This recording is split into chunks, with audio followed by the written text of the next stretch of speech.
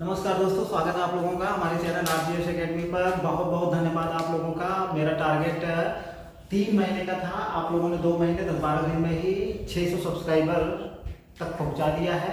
इसमें आप लोगों की बहुत बड़ी भूमिका है और मुझे लगता है कि 4 महीने तक, 3 से 4 महीने तक जाते जाते मेरे 1000 सब्सक्राइबर हो जाएंगे।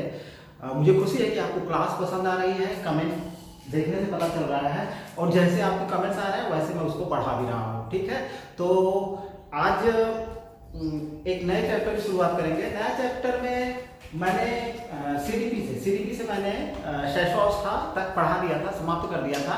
आज हमारा चैप्टर होगा बाल्यावस्था और बाल्यावस्था में हम सिर्फ बाल्यावस्था की परिभाषा को समझेंगे आज के चैप्टर में। ज़्यादा लंबा वीडियो नहीं बनाएंगे क्योंकि साइकोलॉजी को अगर समझना है तो उनके साइकोलॉजिस्ट जो हैं, मनोवैज्ञानिक जो है, उनकी जो परिभाषा है उसको समझना बहुत जरूरी है। अगर हमने परिभाषाओं को समझ लिया तो साइकोलॉजी की समस्या जो है 50% समाप्त हो जाएगी। और एक चीज बता दूं, सीटेट जैसे एग्जाम में परिभाषा से ही क्वेश्चन उठा करके पूछ देते हैं। ऐसे नहीं पूछते भैया ये परिभाषा किसकी है, ये तो 1 लाइनर क्वेश्चन हो गया। उसी परिभाषा को तोड़ मरोड़ करके पूछा जा सकता है। तो चलिए आज हम परिभाषाओं पर सबसे ज्यादा केयर करेंगे, ध्यान देंगे। हाँ, और चलिए स्टार्ट कर देते हैं। मैंने बोला कि आज का हमारा जो चैप्टर होगा वो होगा बाल्यावस्था।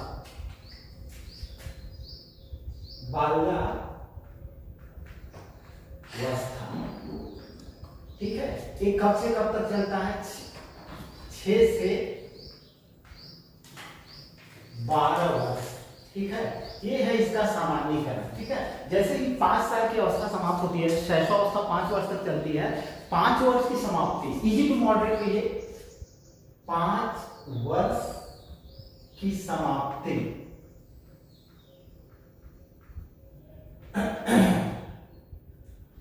5 वर्ष की समाप्ति और 6ठे वर्ष का प्रारंभ। ये क्या है हमारा? बाल्यावस्था। और जिस प्रकार से शैशवावस्था के बारे में हमने परिभाषाओं को जिक्र किया, उसकी विशेषताओं को जिक्र किया, मैंने आप पिछला वीडियो देखिए, आपको क्लियर हो जाएगा। उसी प्रकार से बाल्यावस्था की सब चीजें हम लोग क्लियर करेंगे, शारीरिक मानसिक विकास से लेकर सब कुछ क्लियर करेंगे। लेकिन आज का जो सब्जेक्ट है, आज का जो चैप्टर है, वह केवल परिभाषाओं पर डिपेंड करेगा। मैं परिभाषाओं को समझाऊंगा, क्योंकि परिभाषाएं सबसे मेन है। ठीक है, तो पहले इसको देख लेते हैं। 5 वर्ष की समाप्ति और 6 वर्ष का प्रारंभ बाल्यावस्था माना जाता है। ठीक है, अब बाल्यावस्था में क्या क्या चीजें आती हैं इसके बारे में चर्चा। मैंने कहा कि आज सिर्फ परिभाषाओं पर जाएंगे, ओनली परिभाषा पे। 5 से 6 परिभाषाएं हैं, सबसे पहले उसको समझने की कोशिश करेंगे। यहाँ पर सिर्फ एक चीज समझ लेते हैं कि बाल्यावस्था को, यानी इस अवस्था को 2 भागों में बांटा गया है। इस अवस्था को 2 भागों में बांटा गया है। 2 भागों में बांटा गया है। जनरलाइज क्वेश्चन है। ठीक है, क्वेश्चन करेगा या किया हुआ है कि बाल्यावस्था को कितने भागों में बांटा गया, तुरंत ऑप्शन मार दीजिए आप। 2 भागों में बांटा गया है। कौन कौन सा? 6 से 9 वर्ष को कहा गया है संचय काल, और 9 से 12 वर्ष को कहा गया भैया परिपाक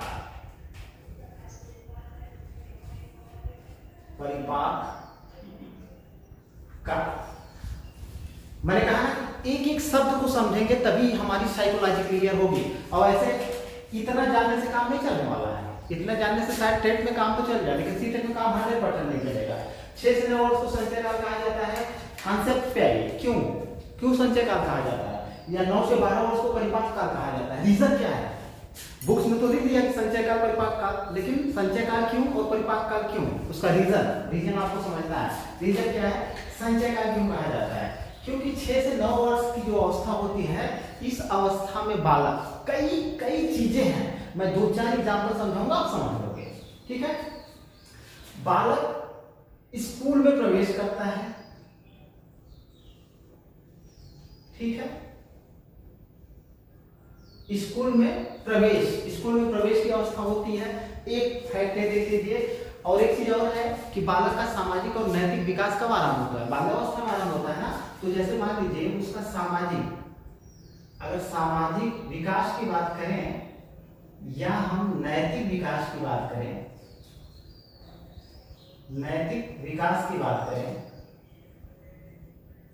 ठीक है, हम इस 3 फैक्ट को लेकर के चलते हैं। जैसे बालक जब स्कूल में प्रवेश करता है तो उसका अध्यापकों से संपर्क होता है, अपने दोस्तों से संपर्क होता है, ठीक है। अध्यापकों के क्रियाकलापों का, पहनावे का, सब चीज का प्रभाव पड़ता है, उसके बोली का, उसके बोलचाल, रंग ढंग, सबका प्रभाव पड़ता है, ठीक है। दूसरी चीजें हैं कि जब इसमें प्रवेश करता है, सामाजिक विकास और नैतिक विकास की प्रारंभिक अवस्था मानी जाती है, क्योंकि शैशवावस्था में ऐसा माना जाता है कि सामाजिक और नैतिक विकास नहीं हो पाता है या बीजी अवस्था में होता है, ठीक है, यानी पौधे का सिर्फ बीज पड़ता है। इसमें जो है ये वही जो बीज होता है, सामाजिक और नैतिक विकास का जो बीज होता है वो पौधे का रूप लेता है। किसका रूप लेता है? पौधे का रूप लेता है, ठीक है। तो इस समय क्या होता है, स्कूल में प्रवेश करता है तो उसका कई लोगों से संपर्क होता है, अध्यापक के साथ साथ अपना दोस्त मित्र, बहुत से लोग उसके संपर्क में आते हैं, ठीक है ना। और उसमें भी कई तरह के व्यवहार और विचारधारा वाले लोग मिलेंगे। यहाँ पे व्यवहार विचारधारा वाले उसके दोस्त मिलेंगे, शिक्षक मिलेंगे, ठीक है। समाज में भी जाएगा तो यही चीज होगी, उसके दोस्त बड़े हो, दोस्त फिर बड़े लोग चाहे छोटे जो भी हो, कई प्रकार के व्यवहार विचारधारा और क्रियाकलाप वाले लोग मिलेंगे। उसका क्या होगा? उससे संपर्क होगा। क्रियाकलाप वाले लोगों से इसका क्या होता है? संपर्क होता है, वही चीज ठीक है। तो इस समय क्या होता है कि बालक उन चीजों को क्या करता है? ग्रहण करना सीखता है। क्या करता है? उसको ग्रहण करता है। चाहे किसी भी चीज में दोस्तों के साथ खेलता कूदता है तो, या उनके आचार विचार व्यवहार से भी सीखता है, ग्रहण करता है, संचय करता है, ठीक है। चाहे क्या नाम है उसका, जो शिक्षक होता है, शिक्षकों के भी आचार विचार व्यवहार वगैरह से भी वह ग्रहण करता है, सीखता है, यानी संचय होता है, उसका संचय होता है, ठीक है। उसका जो इसी अवस्था में सामाजिक विकास और नैतिक विकास होना शुरू हो जाते हैं। तो इसका रीजन क्या है? क्योंकि समाज में, परिवार में कुछ ऐसा अवस्था में बालक परिवार के संपर्क में आता ही है। देखिए सामाजिक विकास और नैतिक विकास की जो बात होती है तो परिवार के जो सदस्य होते हैं, उनके विचार व्यवहार वगैरह वगैरह क्रियाकलापों का भी उसके ऊपर प्रभाव पड़ता है। तो प्रभाव पड़ने का मतलब क्या है कि ये सारी चीजें क्या होती हैं उसके लिए, क्योंकि अब जो है बच्चा मूर्त चिंतन करना शुरू कर देता है, थोड़ा तार्किक चिंतन करना शुरू कर देता है, तो चीजों को संचय करना शुरू करता है। यहाँ पे चाहे परिवार के सदस्य हो, माता पिता हो, चाचा चाची हो, जो भी हो, जितने भी लोग हैं, उनके व्यवहार, उनके क्रियाकलाप या उनकी शिक्षा को क्या करता है? वह ग्रहण करता है, जो कि संचित होती रहती है, ठीक है। और यही चीजें जो है हर जगह शामिल है, वह जहां पर भी जाता है। इसका एक रीजन ये भी है कि जब बालक घर से बाहर निकलता है, ठीक है। अब मान लीजिए कभी बालक जो है बनारस नहीं गया हुआ है, मान लीजिए हम यहाँ के हैं, आजमगढ़ के हैं, तो हम मान लीजिए आजमगढ़ से बालक जो है वाराणसी कभी नहीं गया, तो पहली बार जाएगा तो बहुत सी चीजें देखेगा, बड़ी बड़ी बिल्डिंगें देखेगा, मतलब नए नए सामान, नए नए वस्तुओं को देखेगा, ट्रेन को देखेगा पहली बार, तो बहुत सारी चीजें वो नई चीजें देखेगा। नई चीजों से उसका, नवीन चीजों से क्या होगा? उसका नवीन चीजों या उद्दीपकों से उसका संपर्क होगा, तो उसका क्या होता है? उसके दिमाग में संचित होता है, समझता है, जानता है, और उसका संचय होता है। फिर जब वही नवीन चीजें उसके लिए पुरानी हो जाती हैं तो उसके लिए क्या होता है? कोई उसका विशेष मतलब नहीं रह जाता, तब उसको और नवीन चीजों से संपर्क स्थापित करना होता है, संपर्क स्थापित करता है। इसीलिए नवीन चीजों, नवीन व्यवहारों, नवीन क्रियाकलापों, ऐसे करके बहुत सारी चीजों से क्या होता है? उसका संपर्क होता है। तो इसीलिए इसको क्या बोला जाता है? भैया ये संचय कार्य है, ठीक है ना। तो एक चीज है, इसीलिए इसको संचय काल, 6 से 9 वर्ष ऐसा माना जाता है कि ये जो 6 से 9 वर्ष का काल है संचय काल है। संचय काल का मतलब मैंने समझा दिया, नवीन परिस्थितियां, नवीन लोग, नवीन आचार, नवीन विचार, नवीन व्यवहार, बहुत सारी चीजों को देखता है, समझता है और उसका संचय करता है, इसलिए इसको संचय काल कहा गया है। कॉन्सेप्ट क्लियर होना चाहिए। अब हम कहते हैं, अब परिपाक काल की बात कर रहे हैं। परिपाक काल, अब ऊपर हमने लिख दिया है 9 से 12 वर्ष में शुरू हो जाता है, ठीक है। तो 6 से 9 वर्ष में मान लीजिए साइकोलॉजिस्ट कहते हैं 6 से 9 वर्ष, लगभग 3 साल उसको लग जाते हैं। 3 साल में वो क्या करता है, 3 साल उसका संचय काल होता है। और उस संचय काल में एक चीज और यहाँ पे आप मतलब रीड करके रखिए कि ये जो शारीरिक और मानसिक जो विकास होता है उसका, शारीरिक मानसिक विकास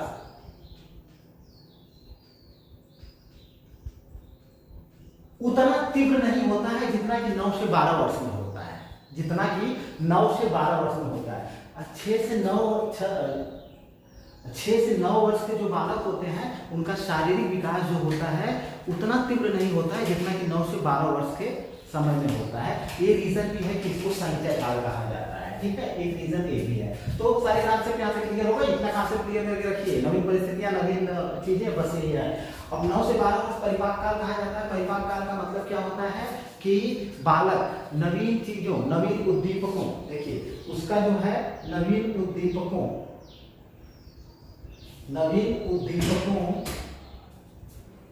ठीक है, फिर इसके बाद विचारों, व्यवहारों,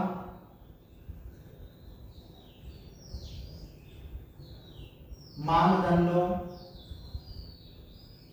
मतलब इसे बहुत सारी चीजें आप जोड़ सकते हैं आदि। अब ये सब जो चीजें होती हैं, बहुत सारी चीजों से उसका संपर्क हो गया होता है, ठीक है ना। तो अब 9 से 12 वर्ष की अवस्था में, जैसे जो पुरानी चीजें इसने देखी है, जो पुरानी चीजों के बारे में इसने संचय किया हुआ है, उस पुरानी चीजों का जो संचय हुआ है, उन पुरानी चीजों के बारे में क्या करता है, इस अवस्था में तार्किक चिंतन करता है, ठीक है ना।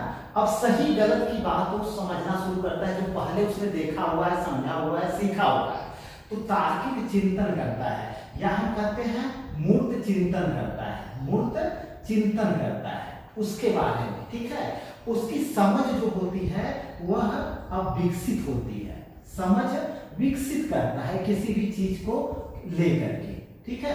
तो ये जो चीजें हैं, पुरानी चीजें, उसके बारे में मूर्त चिंतन करना, तार्किक चिंतन करना, ठीक है ना, उसको समझने का प्रयास करना। तो जब इस प्रकार की क्रियाकलाप करेगा वो, तो क्या होगा कि उसके साथ साथ शरीर के साथ साथ मानसिक विकास जो होगा वो परिपक्व होगा। परिपक्व यानी कि थोड़ा परिपक्वता आ जाती है। क्यों? उसका रीजन यही है कि वो तार्किक चिंतन करता है, मूर्त चिंतन करता है, उसकी बौद्धिकता बढ़ती है, ठीक है ना। बौद्धिक रूप से उसके बारे में सोचता विचारता है, जो पुरानी चीजें संचित हुई रहती है उसके माइंड में। तो इसीलिए इसको परिपाक काल कहा गया है, क्योंकि अब जो है इस प्रकार के व्यवहार करता है, सही और गलत का निर्णय करना शुरू कर देता है, ठीक है। तो संचित चीजों को कहने का मतलब क्या है? अगर वाक्य में अगर हम इसको बोले तो कह सकते हैं कि परिपाक काल इसलिए कहा जाता है कि संचित चीजों, अब चीजों में आप बहुत सारी चीजें आ जाएंगी, व्यवहार, विचार वगैरह सब कुछ आ जाएंगे, मैंने बता दिया है।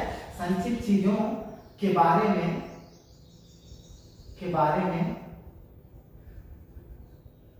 तर्क पर कसना, ठीक है, मतलब तर्क की कसौटी पर उसको कसना, उसके बारे में समझना, ठीक है। तो इस समय उसके अंदर परिपक्वता की बात करते हैं साइकोलॉजिस्ट। ये चीज हो गई, इसीलिए इसको परिपाक काल कहा जाता है। और शारीरिक विकास के दृष्टिकोण से देखें तो ऐसा माना जाता है कि बालक का जो शारीरिक विकास है, ठीक है, और जो मानसिक विकास है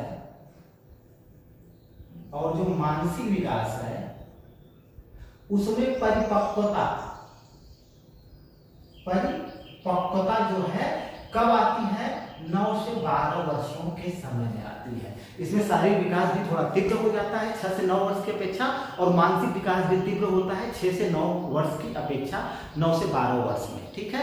ये है रीजन परिपाक काल और संचय काल का, ठीक है। मैंने कहा ना कि शब्दों को समझिए, कॉन्सेप्ट क्लियर जब होंगे तभी सीटेट जैसे एग्जाम को क्लियर करेंगे।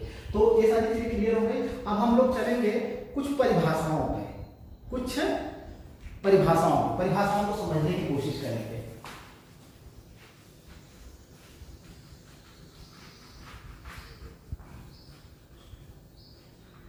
बाल्यावस्था की विशेषताएं क्या है, शारीरिक, मानसिक वगैरह वगैरह, उसको एक अध्याय भी करेंगे क्लियर। और इस अध्याय में हमको क्लियर क्या करना है, परिभाषाओं को। संचय काल, परिपाक काल, रीजन क्या रहा है, मैंने एकदम कॉन्सेप्ट के साथ आपको बता दिया है।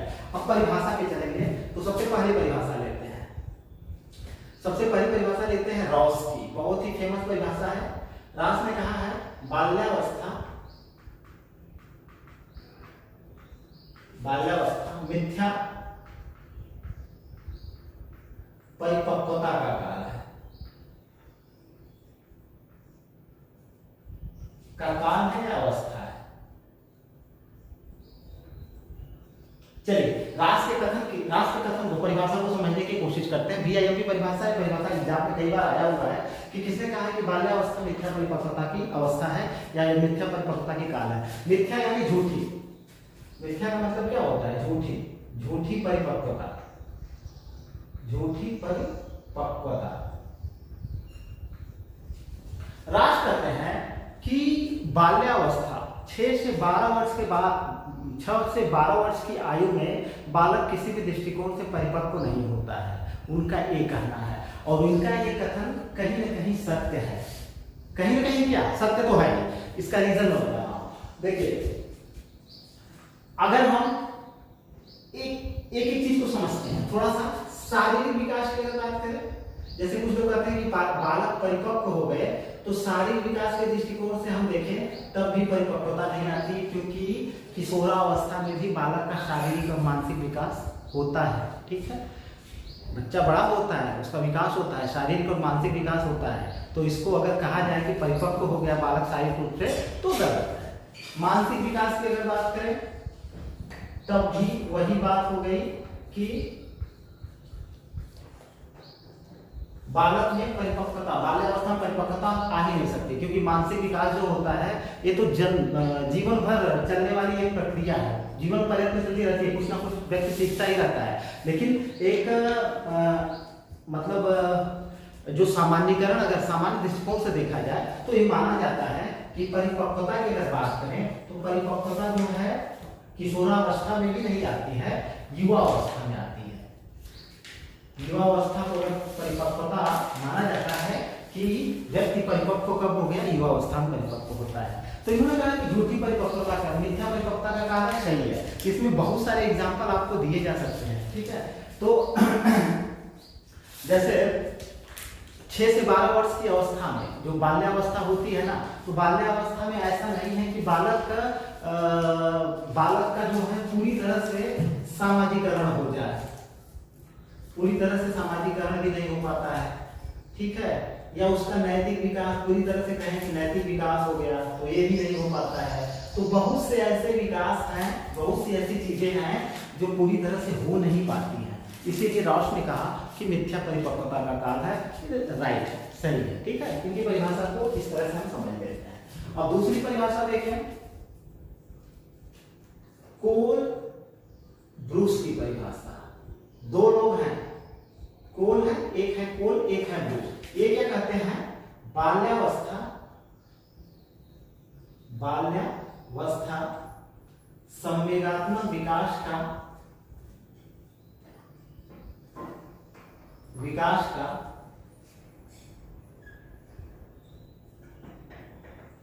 अनोखा काल है।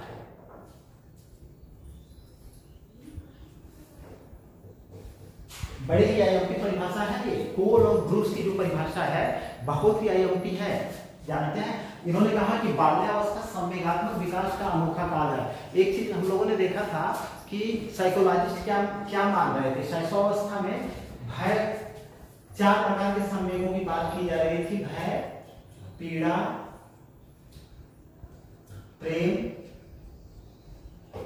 और क्रोध की बात करी जा रही थी। ठीक है ना, ऐसा माना जा रहा था। मतलब शैशवावस्था में साइकोलॉजिस्ट कह रहे थे कि शैशवावस्था में सिर्फ 4 प्रकार के संवेगों का विकास होता है। लेकिन अब देखिए इनकी परिभाषा के अनुसार क्या है, बाल्यावस्था संवेगात्मक विकास का अनोखा काल है। यानी कि बाल्यावस्था में ऐसे इनकी परिभाषा को छोड़ अगर दिया जाए तो भी हमें मान सकते हैं कि बाल्यावस्था में क्या होता है, लगभग सभी प्रकार के संवेगों का विकास हो जाता है। जितने भी सभी प्रकार के संवेगों का विकास हो जाता है, के संवेगों का विकास हो जाता है।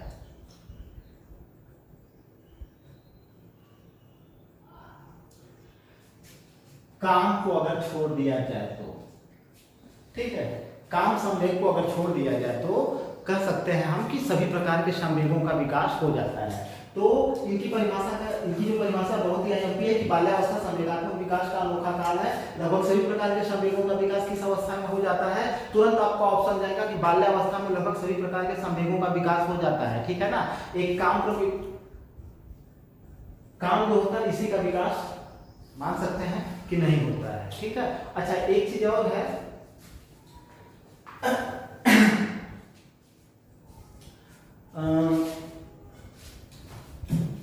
ये जो संवेग होते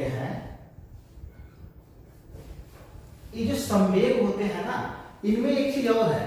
बाल्यावस्था में जो संवेग विकसित होते हैं, ठीक है, तो इसमें एक चीज आपको ध्यान देना है कि जो संवेग होते हैं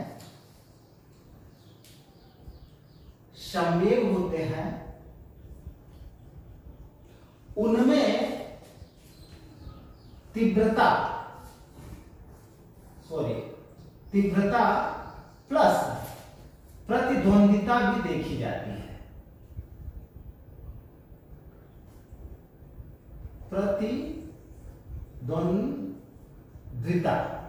भी देखी जाती है। अच्छा, इसका रीजन क्या है? प्रतिद्वंदिता का मतलब क्या है कि आपस में प्रतिद्वंद, मतलब आपस में क्या, दोनों के बीच में संघर्ष होता है, दोनों में संघर्ष देखा जाता है। अब इसको मैं आपको एक परिभाषा है उसमें हम क्लियर करेंगे। संवेग जो होते हैं उनमें तीव्रता आ जाती है, जो पहले बाल्यावस्था में जो तीव्रता, शैशवावस्था में जो तीव्रता नहीं होती है, बाल्यावस्था में उसमें तीव्रता आ जाती है।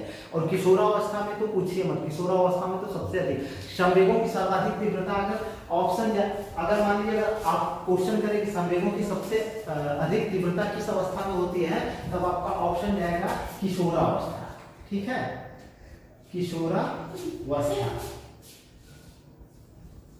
ठीक है। अगर क्वेश्चन करे कि संवेगों में प्रतिद्वंदिता किस अवस्था में अधिक होती है, तब आपका ऑप्शन जाएगा बाल्यावस्था में, ठीक है। यहां पे प्रतिद्वंदिता ज्यादा होती है, ठीक है। सबसे अधिक संवेग किस अवस्था में देखने को, विकास जो होता है किस अवस्था में देखने को मिलता है, तो आपका ऑप्शन जाएगा बाल्यावस्था में। तो कोर और ब्रूस का ए वाली परिभाषा बहुत ही अहम है, ठीक है। इस परिभाषा को और इस परिभाषा के साथ साथ इसके कॉन्सेप्ट को आपको रट करके रखना होगा, ठीक है। एक है किलपैट्रिक की परिभाषा, किलपैट्रिक, अभी इसको क्लियर करते हैं। किलपैट्रिक ने क्या कहा था कि बाल्यावस्था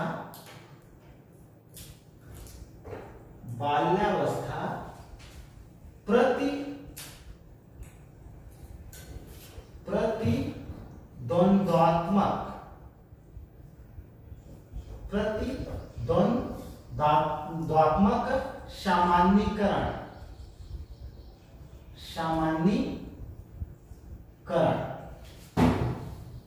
की अवस्था है।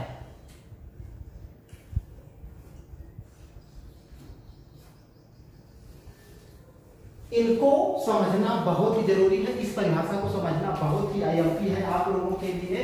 इन्होंने क्या है, किलपैट्रिक जी क्या बोलते हैं, कहते हैं जो बाल्यावस्था है वो प्रतिद्वंद्वात्मक सामान्यीकरण की अवस्था है, ठीक है। अच्छा, अब देखिए अब वही चीज है, मतलब जो पीछे मैंने समझाया है सिर्फ उसी तरह से इसको समझना है। कहते हैं कि बाल्यावस्था प्रतिद्वंद्वात्मक सामान्यीकरण की अवस्था है। प्रतिद्वंद का मतलब क्या हो गया, संघर्ष,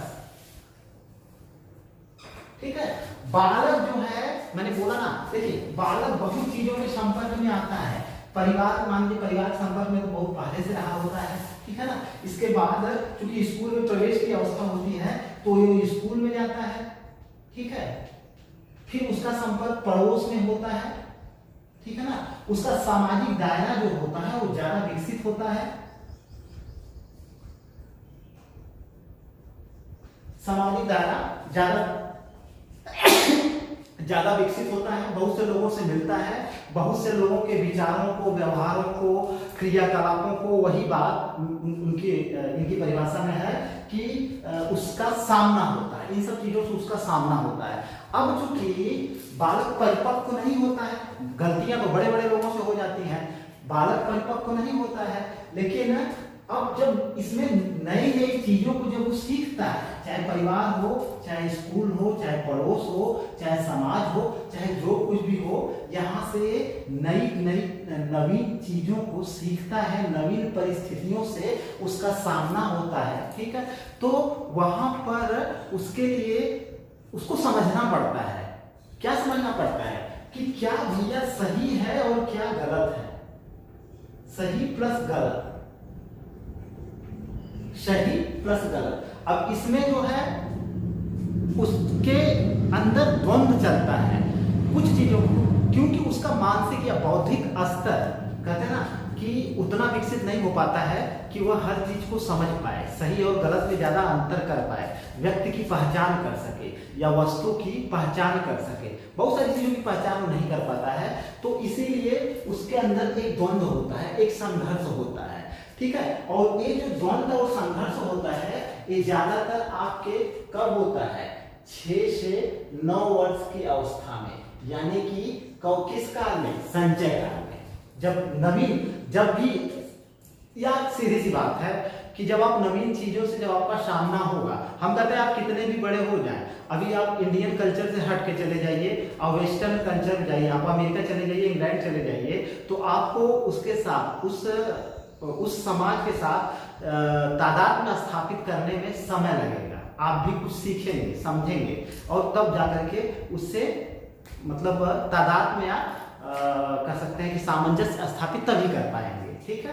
तो हम लोगों को सामंजस्य स्थापित करना पड़ता है, तो बालक की बात ही अलग है, लेकिन बाल्यावस्था की जो बात है, इनके परिभाषा की जो बात है, तो उसके अनुसार 0 से 9 वर्ष जो संचय काल होता है, इसमें बालक जो है सामान्यीकरण करता है, उसके अंदर जो है संघर्ष की जो भावना चलती है, सही और गलत की जो भावना चलती है, उचित और अनुचित की भी भावना जो चलती है, उसमें सामंजस्य स्थापित करने की कोशिश करता है। और यह कोशिश इसकी जो है कब, 9 से 12 वर्ष की अवस्था में मतलब सही ढंग से हो पाती है। क्यों इसलिए क्योंकि 9 से 12 वर्ष की अवस्था में ही वह मूर्त चिंतन करता है, तार्किक चिंतन करता है, बौद्धिक चिंतन करता है। तो मिला जुला करके यही सब रीजन है कि वह उस समय जाकर के सामान्यीकरण में सक्सेस हो पाता है, 6 से 9 में नहीं, 9 से 12 साल की अवस्था में। तो इनकी परिभाषा का मतलब भी मुझे लगता है आपकी समझ में आ गया होगा। हम इसको मिटाते हैं, मिटा करके एक दो परिभाषा और है, देखते हैं।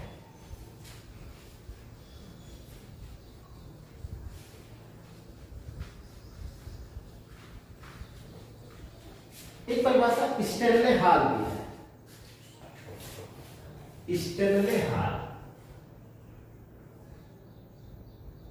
स्टेनले हाल ने कहा कि बालकों के खेल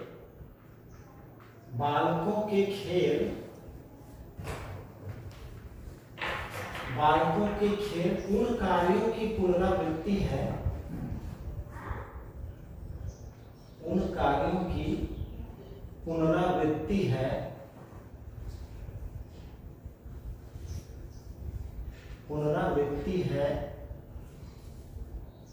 जो सृष्टि के प्रारंभ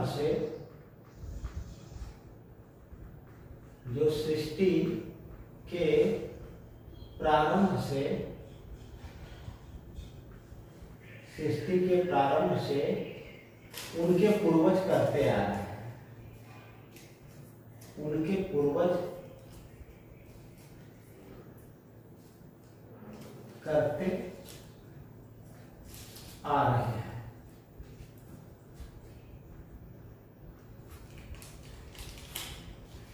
भैया स्टेनले हाल कहते हैं कि बालकों के जो खेल होते हैं उन कार्यों की पुनरावृत्ति है जो सृष्टि के प्रारंभ से उनके पूर्वज करते आ रहे हैं। ठीक है।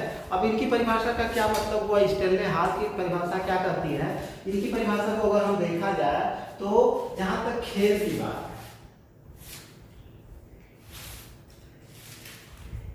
जहां तक खेल की बात है तो खेल भी एक प्रकार का क्या है, कार्य है। खेल भी एक प्रकार का क्या है, कार्य है, ठीक है। अच्छा देखिए, सृष्टि के प्रारंभ से जो उनके पूर्वज करते आ रहे हैं, अब सृष्टि के प्रारंभ की अगर बात करी जाए तो हमको पता है कि लगभग, अगर हमको लिखित इतिहास की बात करें तो लिखित इतिहास जो हमको मिलता है पूरे सृष्टि मतलब जब से सभ्यता का उदय हुआ है, मानव सभ्यता का, तो लगभग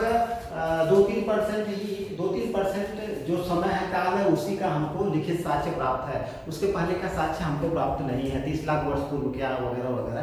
तो इन सब चीज़ों की अगर तो हम वहाँ पे नहीं चलेंगे, हम चलते हैं थोड़ा सा एग्जाम्पल अगर हम देख लेते हैं। जैसे हमारी एक सभ्यता है सैंधव सभ्यता, सैंधव सभ्यता, ठीक है ना। अब सैंधव सभ्यता में बहुत सी ऐसे मिट्टी के कुछ ऐसे सामान मिले हुए हैं जिनको हम क्या कर सकते हैं, मिट्टी के खिलौने मिले हुए हैं, मिट्टी के खिलौने मिले हुए हैं, ठीक है। अब जो मिट्टी के खिलौने, जो सैंधव सभ्यता में हमको नहीं जाना है, बस मैं ऐसे ही क्लियर कर रहा हूँ, क्योंकि जो मिट्टी के खिलौने मिले हुए हैं उसमें हमको एक चीज देखना है कि पहले लोग खेलते थे, मिट्टी के जो खिलौने मिले हुए हैं उन खिलौने से बालक खेला करते थे, और जिस प्रकार के खेल खेला करते थे उस प्रकार के खेल जो है थोड़े बहुत बदलाव के साथ, थोड़े बहुत बदलाव के साथ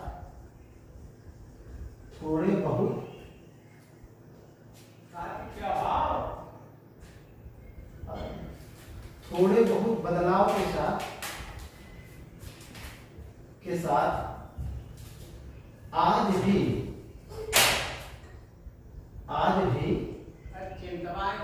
खेले जाते हैं, ठीक। थोड़े बहुत बदलाव के साथ आज भी खेले जाते हैं, ठीक। जैसे गिल्ली डंडा हुआ, ठीक है।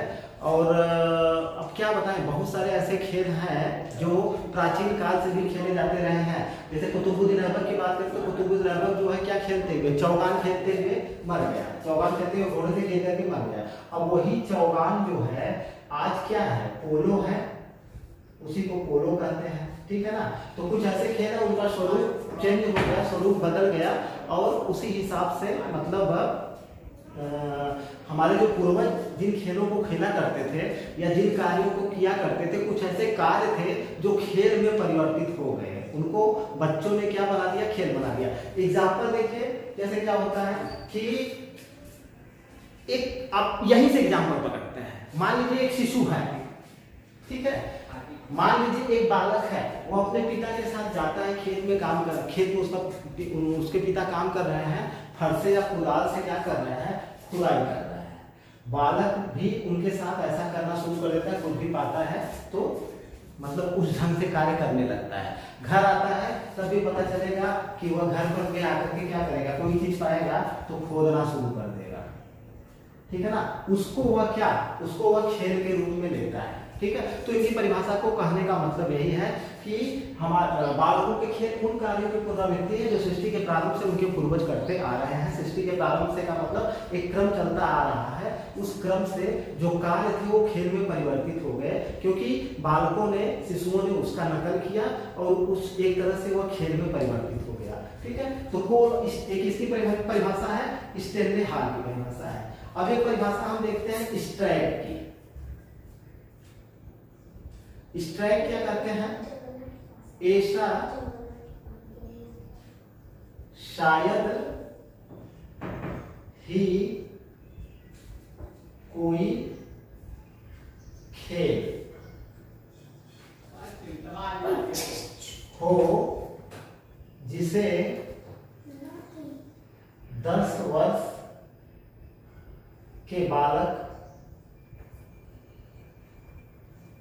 न खेलते हैं।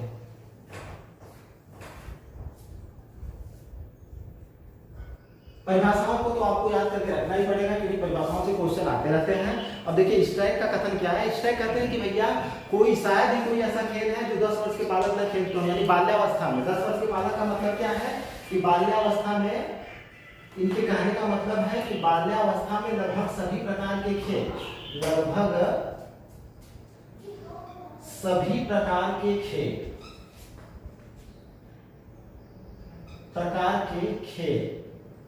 बालक खेलते हैं। आईएमपी चीज है, भी आईएमपी है। क्यों आईएमपी है? स्टेनलेहार का कथन एकदम सत्य है, जो उन्होंने कहा है एकदम तार्किक और सत्य कहा है। उनका कहना है कि 10 वर्ष का मतलब बाल्यावस्था। बाल्यावस्था में बाल्यावस्था ही एक ऐसी अवस्था है जिसमें बालक सभी प्रकार के खेल खेलता है। अगर क्वेश्चन करें कि कौन सी अवस्था में बालक सभी प्रकार के खेल खेलता है या सभी प्रकार के खेलों में रुचि रखता है, तुरंत आपका ऑप्शन जाएगा बाल्यावस्था। उसका रीजन क्या है हम लोग खुद देख सकते हैं। आप अपने बालकपन में चले जाइए, देख लीजिए कि आप गिल्ली डंडा भी खेलते थे, कंचा भी खेलते थे, क्रिकेट भी खेलते थे, जो मिल गया, फुटबॉल भी खेलते थे, दौड़ना भी शुरू कर देते थे।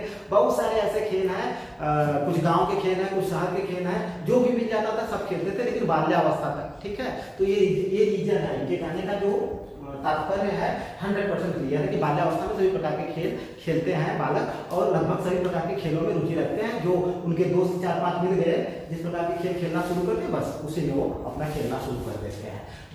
ये परिभाषा बहुत ही आईएमपी, इस बात को याद रखना। किसने कहा है? स्ट्राइक ने कहा है, और उनके कहने का जो अर्थ है कॉन्सेप्ट के साथ मैंने क्लियर कर दिया है, रीजन के साथ। ठीक है, अब 4-5 परिभाषाएं हो गई। अब एक परिभाषा नहीं है, हम एक है इसको मिलाते हैं, बस क्लियर कर दिया जाए इस चैप्टर को।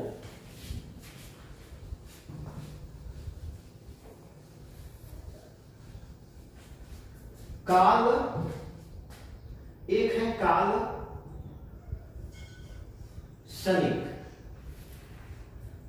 काल क्षणिक का कथन क्या है? काल क्षणिक ने बहुत ही अच्छी बात कही थी। इन्होंने कहा था कि सामूहिक खेल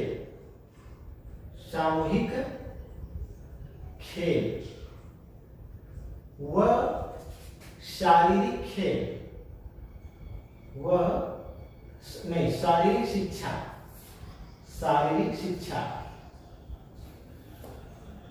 प्राथमिक विद्यालय के पाठ्यक्रम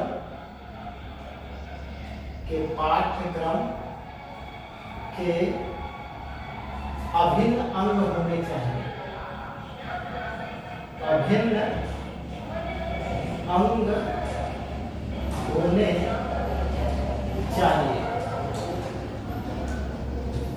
एक काल क्षणिक का कथन है। इन्होंने कहा कि सामूहिक खेल, सिंगल खेल नहीं, सामूहिक खेल और शारीरिक शिक्षा, और जो शारीरिक शिक्षा है, ये दोनों चीजें प्राथमिक शिक्षा के अभिन्न अंग, प्राथमिक पाठ्यक्रम, जो हमारा प्राथमिक पाठ्यक्रम है उसका एक अभिन्न अंग होना चाहिए। कहने का मतलब क्या है कि प्राथमिक जो पाठ्यक्रम होता है उसमें सामूहिक खेल और शारीरिक शिक्षा को स्थान दिया जाना चाहिए। किसने कहा था? काल क्षणिक जी ने कहा था कि सामूहिक खेल को और शारीरिक शिक्षा को प्राथमिक विद्यालय के पाठ्यक्रम के अभिन्न अंग होने चाहिए, मतलब अभिन्न अंग में शामिल करना चाहिए। किसको पूछेगा, किसको? तो आपका ऑप्शन जाएगा शारीरिक शिक्षा और सामूहिक खेल और शारीरिक शिक्षा को। ठीक है, किसने कहा है? काल क्षणिक जी ने कहा है। अब इसका रीजन आपकी समझ में आ गया होगा। आज जो नवीन पाठ्यक्रम तैयार किया गया है उसमें इस चाहे मतलब हमारी सरकार हो चाहे कोई भी सरकार हो, आप वहाँ के पाठ्यक्रम में आप देखेंगे, प्राथमिक विद्यालय के पाठ्यक्रम में ये दोनों को शामिल किया गया है। क्यों? इसका रीजन ये है कि खेल से इन्होंने ऐसा क्यों सुझाव दिया था? क्योंकि खेल से शारीरिक विकास तो होता ही होता है, शारीरिक विकास के साथ साथ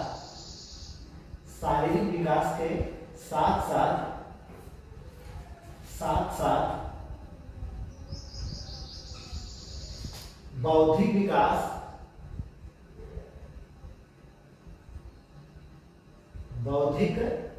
विकास तथा नैतिकता, सामाजिकता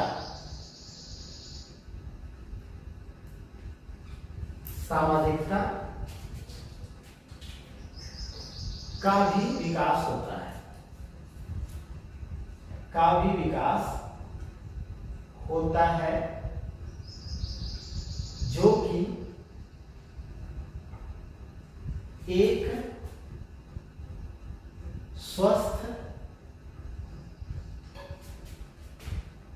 और शक्तिशाली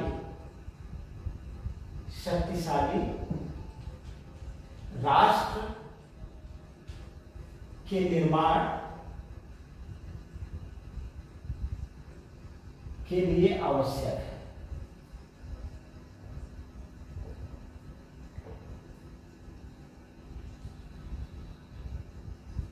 इनकी परिभाषा, इनका जो कथन है, इनका जो सुझाव है बहुत ही अयोग्य है। मैंने लिख करके एकदम क्लियर कर दिया है। क्यों? सामूहिक खेल और शारीरिक शिक्षा प्राथमिक विद्यालय का पाठ्यक्रम के अभिन्न होने चाहिए। क्यों इन्होंने कहा था?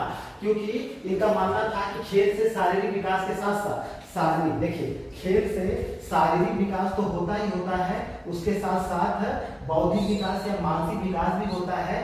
बालक में नैतिकता का विकास होता है, सामाजिकता का विकास होता है, क्योंकि साथ साथ रहने से एकता नहीं दिखा, नैतिकता का विकास होता है, सामाजिकता का भी विकास होता है, ठीक है ना। और ये सारी चीजें ऐसी होती हैं, एकता की भावना का विकास होता है, और ये चीजें ऐसी होती हैं जो कि एक स्वस्थ व्यक्ति, देखिए जब व्यक्ति स्वस्थ होगा, ठीक है, समाज स्वस्थ होगा, ठीक है, तो ऑटोमेटिक यानी कि जो राष्ट्र होगा वह भी शक्तिशाली होगा, ठीक है ना। स्वस्थ और शक्तिशाली राष्ट्र का निर्माण हो सकेगा। इनके कथन, इनके सुझाव देने का यही रीजन रहा है, ठीक है। तो मुझे लगता है कॉन्सेप्ट क्लियर हो गया होगा। अब प्लेटो ने एक चीज कही थी, उसको हम यही क्लियर कर देते हैं। बस आज का चैप्टर यही समाप्त करते हैं। पूरे कॉन्सेप्ट के साथ मैंने आपको समझाने का प्रयास किया है। आपको कुछ भी किसी भी किताब में किसी चीज की सहारे की मुझे लगता है जरूरत नहीं पड़ेगी। अब देखते हैं प्लेटो जो दार्शनिक थे, प्लेटो ने क्या कहा था? प्लेटो ने कहा था कि एथेंस की बौद्धिक शिक्षा, एथेंस की बौद्धिक शिक्षा तथा स्पार्टा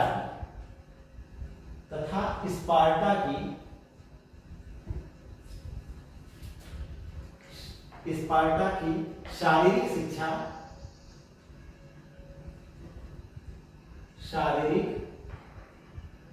शिक्षा का समन्वय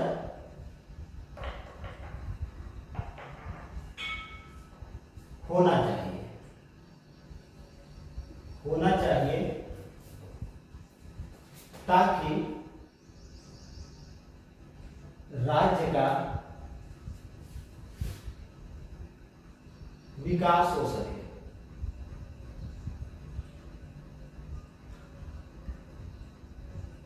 अब यहाँ पे देखिए, ये वाला कथन किसका है या किसने ये सुझाव दिया था? तो आपका तुरंत ऑप्शन जाएगा। जैसे अगर क्वेश्चन करता है कि एथेंस की बौद्धिक शिक्षा, ठीक है, एथेंस की जो बौद्धिक शिक्षा है, कौन सी बौद्धिक शिक्षा, और स्पार्टा की जो शारीरिक शिक्षा है के बीच समन्वय की बात किसने करी थी? तुरंत आपको ऑप्शन जाएगा, प्लेटो ने करी थी, ठीक है। क्यों?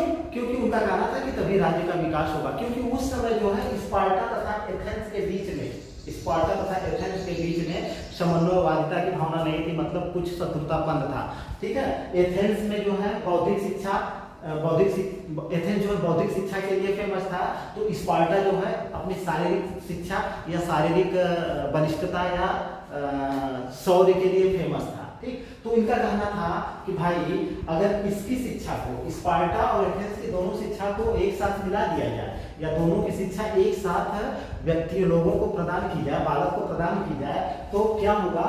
तब राज्य का विकास होगा, ठीक है। मान लीजिए राज्य में दो गुट बने हुए हैं, दोनों गुट में आपस में समन्वय नहीं है, तो राज्य का विकास होने की बजाय राज्य पतन के गर्त में ही जाएगा, ठीक है। तो उनके कहने का यही मतलब था कि दोनों का समन्वय होना चाहिए, तभी राज्य का विकास हो सकता है।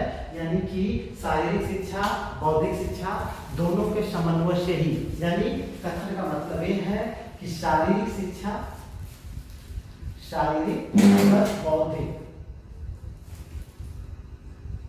बौद्धिक दोनों की शिक्षा अगर हम बालक को देते हैं या बालक को प्राप्त होता है तो बालक का सर्वाधिक विकास होगा। सर्वाधिक विकास बालक का इन्हीं दोनों से होगा, क्योंकि स्वस्थ शरीर में स्वस्थ मन का निवास होता है। ठीक है, मान लीजिए अगर एक चीज की कमी आपके अंदर है तो कमी एक तो रहेगी ही रहेगी, और वह जो है आपके लिए समस्या खड़ी जरूर करेगी।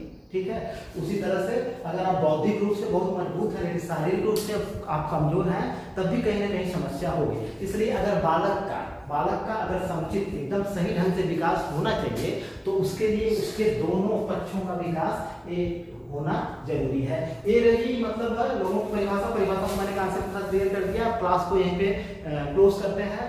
अगली क्लास में बाल्यावस्था में शारीरिक मानसिक विशेषताओं के साथ साथ शारीरिक विशेषताओं को क्लियर कर लेंगे। क्लास कैसी लगी कमेंट करके जरूर बताइएगा। बाकी अब तो मैं यही कहूंगा यार कि जल्दी से जल्दी 1000 पूरा करिए। आप लोग जल्दी से जल्दी 1000 सब्सक्राइबर पूरा करिए और फिर और भी मजा आएगा पढ़ने में। ठीक है, फिलहाल वीडियो देखने के लिए बहुत बहुत धन्यवाद।